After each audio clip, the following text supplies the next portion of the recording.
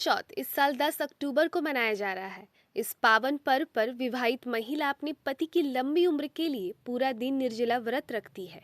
रात में चंद्रमा देखने के बाद ही व्रत खोला जाता है।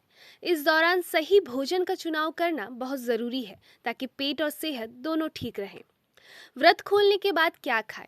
विशेषज्ञ के अनुसार सबसे पहले हल्का और हाइड्रेटिंग फूड खाएं। 1-2 खजूर या अंजीर के साथ 1 गिलास पानी या नारियल पानी पीना फायदेमंद है। इसके बाद थोड़ा दूध या दही लेने से शरीर को ऊर्जा और कूलिंग इफेक्ट मिलता है। फल जैसे अनार, पपीता, सेब, केला या मौसमी फल व्रत खोलने के लिए सही विकल्प है। इसके साथ ही कुछ सूखे मेवे भी शामिल किए जा सकते हैं। डिनर में हल्का और बैलेंस्ड भोजन करें। इसमें रोटी, दाल, पनीर या चना राजमा जैसे प्रोटीन सोर्स, मौसम्बी, सब्जी और सलाद शामिल होने चाहिए।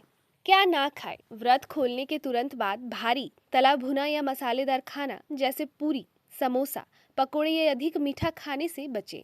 इससे पेट में गैस, एसिडिटी और भारीपन हो सकता है। कोल्ड ड्रिंक और फ्रिज ड्रिंक से भी परहेज करें। भोजन को धीरे धीरे लें और 20 से 30 मिनट बाद डिनर करें। अन्य सावधानियों की बात करें तो व्रत से पहले हल्का सरगी लें जिससे पूरे दिन के लिए ऊर्जा बनी रहे। अधिक मेहनत वाला काम या वर्कआउट ना करें। व्रत के एक दिन पहले तीखा या मसालेदार भोजन ना करें। आराम करना और शरीर को हाइड्रेट रखना बेहद ज़रूरी है ताकि व्रत सुरक्षित और स्वस्थ तरीके से पूरा किया जा सके।